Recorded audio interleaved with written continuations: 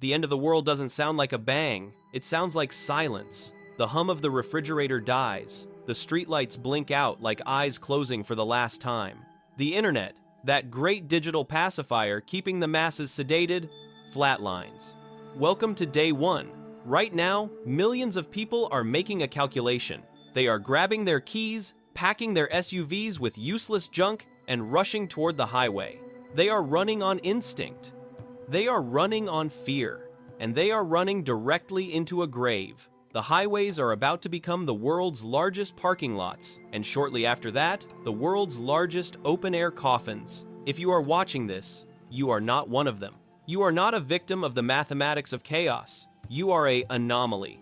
Put the keys down. Lock the door. The world outside has just become a meat grinder. We aren't going anywhere. We are digging in. The first rule of the apocalypse is simple. Movement is death. In the first 24 hours, confusion is the apex predator. The supply chains haven't just broken. They've evaporated. The rule of law is a ghost story that people still believe in, but it's fading fast. Your home, as imperfect as it is the only controlled environment left on Earth. It has walls, it has a roof, it has your scent. Out there, you are a refugee.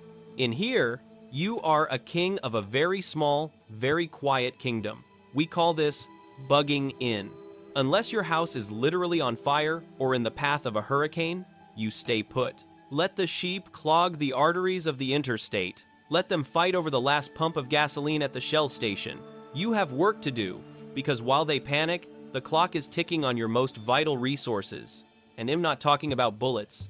I'm talking about physics. Civilization is just a series of pumps keeping us alive.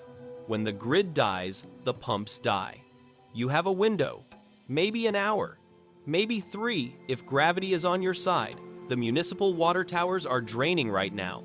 Everyone else is raiding the grocery store for bottled water, fighting tooth and nail for Aquafina. You're smarter. You're heading to the bathroom. This is the golden hour of water. Plug the bathtub. Do it now. Scrub it if you have time. But honestly, if the world is ending, a little soap scum is the least of your worries. Turn on the tap. Cold water. Full blast. Fill the tub. Fill the sinks. Fill the cooking pots. Fill the washing machine. A standard bathtub holds about 40 to 80 gallons of water. That is not just water. That is life extension. That is a month of hydration while your neighbors are licking dew off the grass. But here is the science of it. This water is finite. The pressure in the pipes is the last gasp of the old world. Once it's gone, the pipes become a highway for backflow, bacteria, and sewage. Once that pressure drops, shut the main valve to your house. You need to sever the connection to the grid before the grid tries to poison you. You are an island now. Act like one. Nightfall on day one is when the reality sets in. The darkness will be absolute. Light pollution is gone, and in that darkness, light is a weapon. But it's a weapon that points back at you. If you light a candle, if you click on a flashlight, and that light spills out of your window, you are painting a target on your back. You are broadcasting to every desperate, unprepared soul in a 5-mile radius that you have resources. You have light, you have hope, and they will want to take it. This is OPSEC, Operational Security. Before the sun goes down, you black out. Heavy blankets over the windows, cardboard, duct tape, whatever you have. Not a single photon of light leaves your dwelling. From the outside, your house must look like a tomb. It must look abandoned. It must look like there is nothing left to steal. Silence is your armor. If you have a generator, don't you dare turn it on. The roar of a Honda generator in a silent neighborhood is a dinner bell for looters. Keep it off. In day one, you want to be the gray man. Unnoticeable, forgettable, a ghost. Let's talk about your pantry. Most novices immediately crack open their emergency rations. They start eating the MREs or the canned beans we talked about last time. Wrong.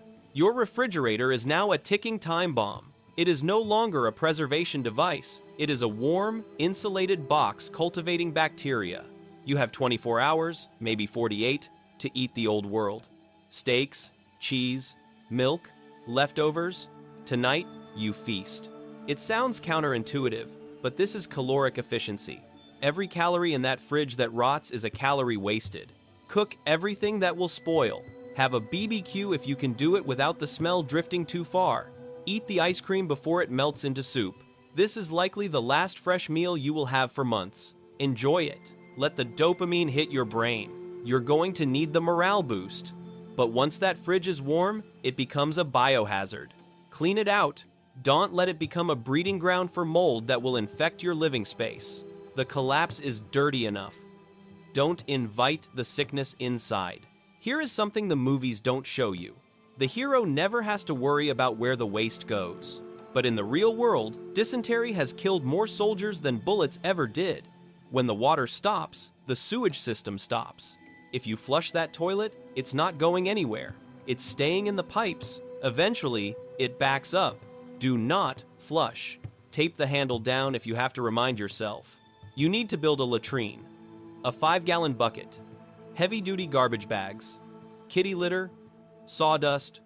Or dirt from the backyard. It's primitive. It's disgusting.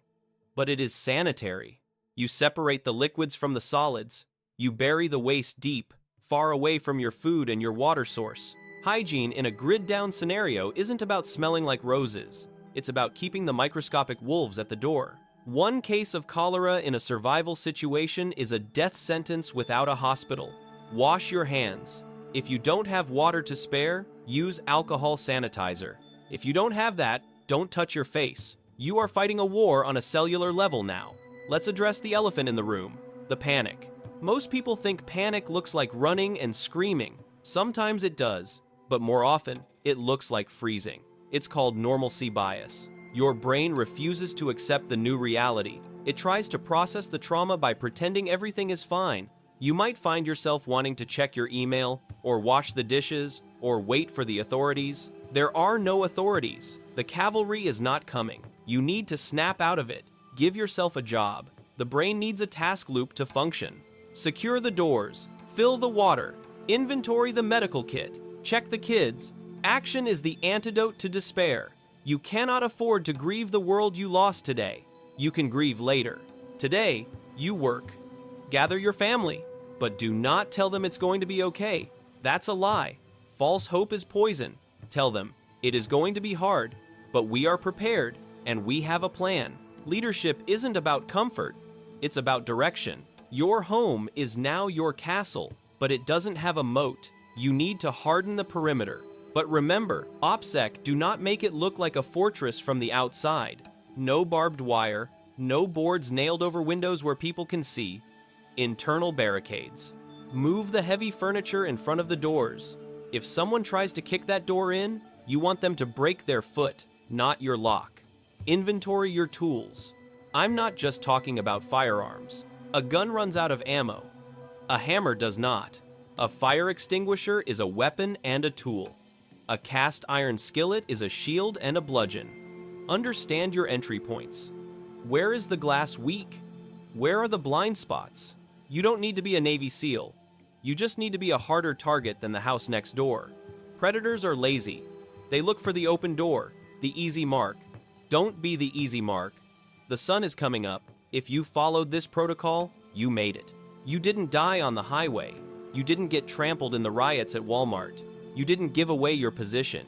You have a bathtub full of water. You have a belly full of fresh food. You have a plan, but the adrenaline is going to fade. And the reality of the long haul is about to hit you like a freight train. The water in that tub will run out. The fresh food is gone.